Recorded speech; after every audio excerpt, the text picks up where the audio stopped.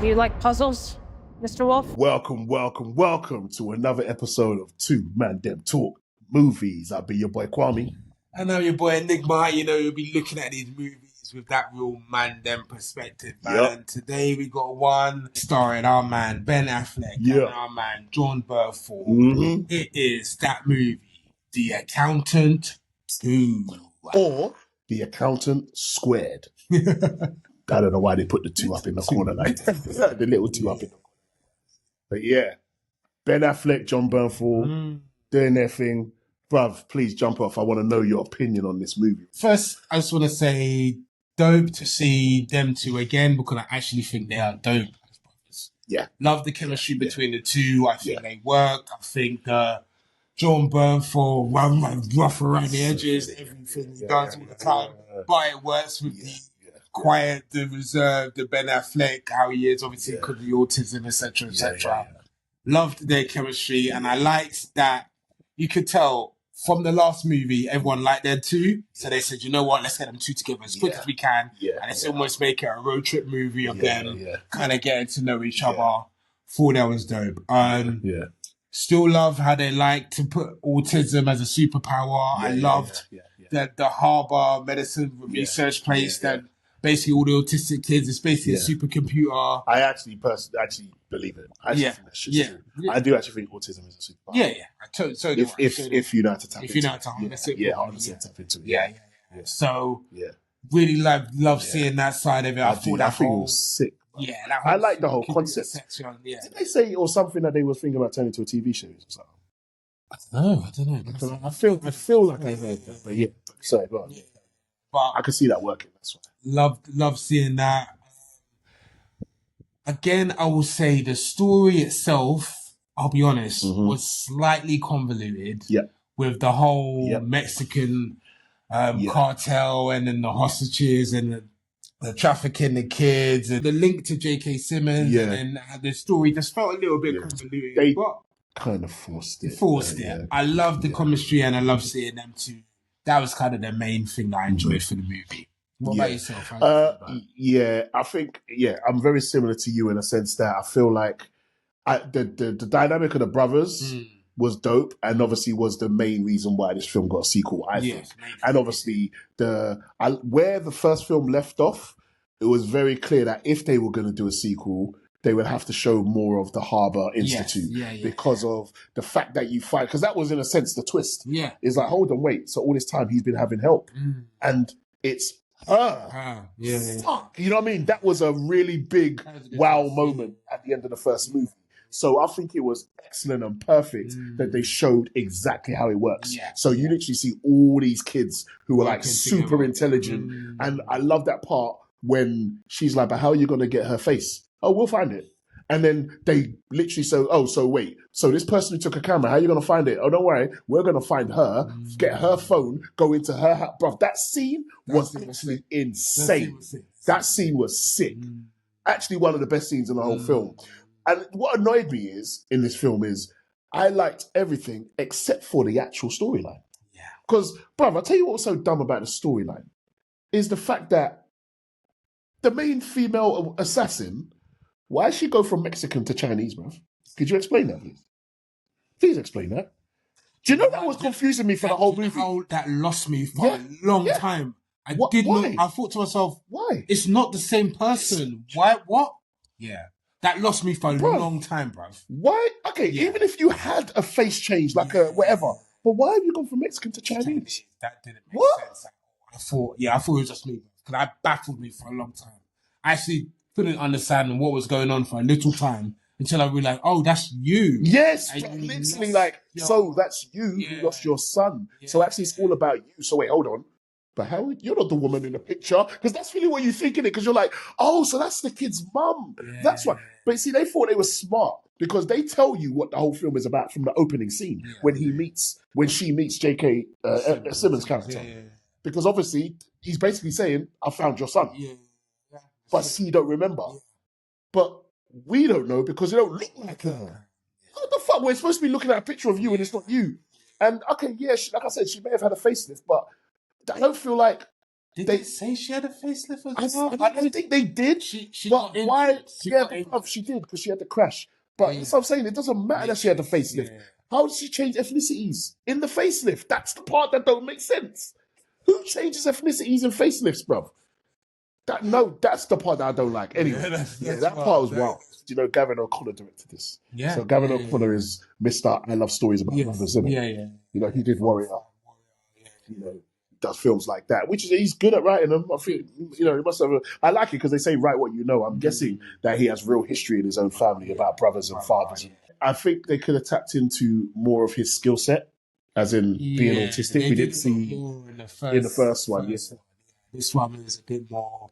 You already know what you can do. Yeah. So let's try and get through the story, but the story needs to be interesting and not to be convoluted. Yeah.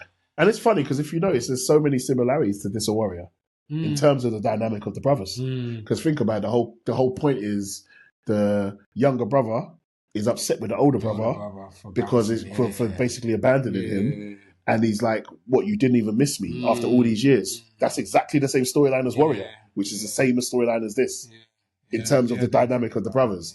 And all he wants to know is that his brother cares about him. And then once he does, it's like the relationship can be a bit better.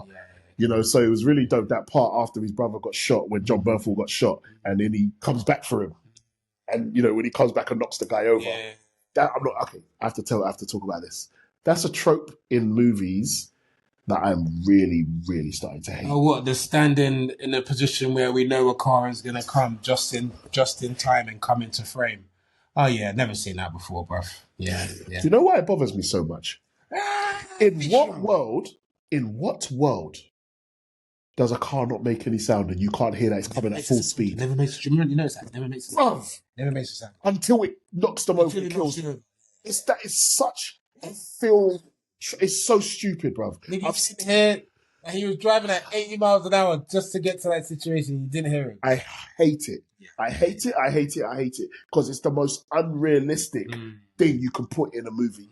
It reminds us we're watching a movie. Yeah. It reminds us we're watching a movie. I can't stand it. And I think it's such a cop-out. It is. It's a cop-out. Figure out another way to kill the main baddie. Don't do it that way, because that's cheap. That's easy. Oh, he's just going to stand there, about to pull the trigger, out of nowhere. Oh. Yeah, every time. Where did the sound come Every time. No sound. No sound. I bought the one car that made no sound. The history. Yeah. Nah. Didn't like that. So I didn't hear it. No? I didn't know it was coming for me to move out of the way in time. It's stupid. And that bothered me when they did that for John Berthel's character, and then obviously he jumps in the car and then goes, and then that when he's trying to take the vest off and he's trying to help him reload, and he's like driving, and he's because I think Ben Affleck plays the autism well, like with a serious face and how he speaks.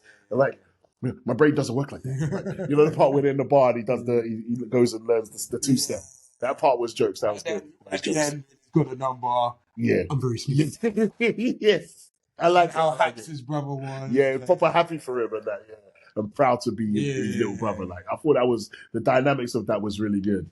And they gave us enough Bernthalisms. You know the part, like, you know, when he was driving off. Oh, what? You just gonna leave? So funny. You just gonna leave?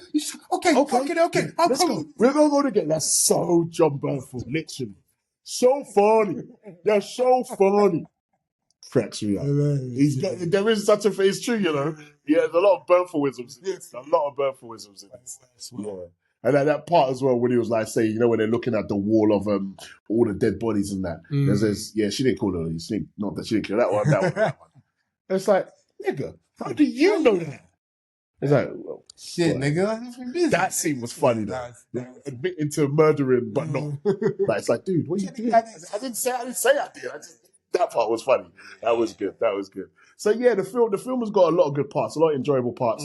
I think it's directed well. I think they did focus too much on the humor and too much in terms of trying to make it funny and obviously showing us the brothers' relationship. They did take us away a lot from the original premise of the first movie. Yeah. The premise of the first movie was way more serious. Yeah. Way more darker. This one was a lot brighter and a lot more, you know, almost like, you know, borderline action comedy. Yeah. Borderline. Yeah. I'm not saying it was. No, but it's closer to that. Yeah. Yeah, I like it because again, like John Bernthal, love Ben Affleck. I think Gavin O'Connor's actually a decent writer director. It's a good movie. It's a good sequel. I would have preferred if it was a little bit darker because, like I said, they focus more on the humor. They made, John Bernthal is a good actor as well, and he can do the balance well. He can be funny, he can be dark, and this character is basically that. You know what I mean? So it was good. I don't know what you're saying. What would you give it? I'm gonna land on a 7 out of 10 for the account. I enjoyed it. I know the storyline was very convoluted, but I think sometimes the chemistry of two leads can just rise and make a movie get to a certain level. I enjoyed every time they were together. I enjoyed the action scenes. I don't know if I'm wilding, but John Bernthal is becoming one of my favorite actors. I'm not gonna lie. He's fucking excellent. I'm with you. He's so excellent. Reliable every single time. He's that guy. No matter what he's doing, he's totally dope. So and Ben Affleck, again, I know he's been dissed a lot, but I've always liked him as an actor. You know how I feel about Ben. I don't take no Ben. I'm a fan of Ben. So I think the chemistry worked. Other than the convoluted storyline, I would say it's an enjoyable watch, and I am gonna watch both of them back to back again. That experience. So I'm gonna land on 7 out of 10. I'm gonna join you on 7. I actually was gonna go 7.5, but I said no. Let me not push it and say 7 because if I'm honest, I do prefer 7. 7 feels right to me. I'm down to do 7.5. No, I don't think 7.5 don't sit well with me. Okay. 7 does. Okay. I'm like comfortable saying Accountant 2 is 7 out of 10. So solid 7 out of 10. Solid 7. I feel like 7.5 is too close to 8. Yeah. And I don't want to give it 8 because the storyline did bother me. Yeah. So Well, people, that's our score. 7 out of 10 for the Accountant 2. Let us know how you felt. Drop a line in the comments if you agree or disagree, or let us know how you felt about the movie. We'd like to hear your thoughts. Yeah, man. As always, if you could drop a like and subscribe, that would be much appreciated. And I've been your boy Enigma. And I've been your boy Kwame. And we've been the Two ManDem Talk Movies. Peace.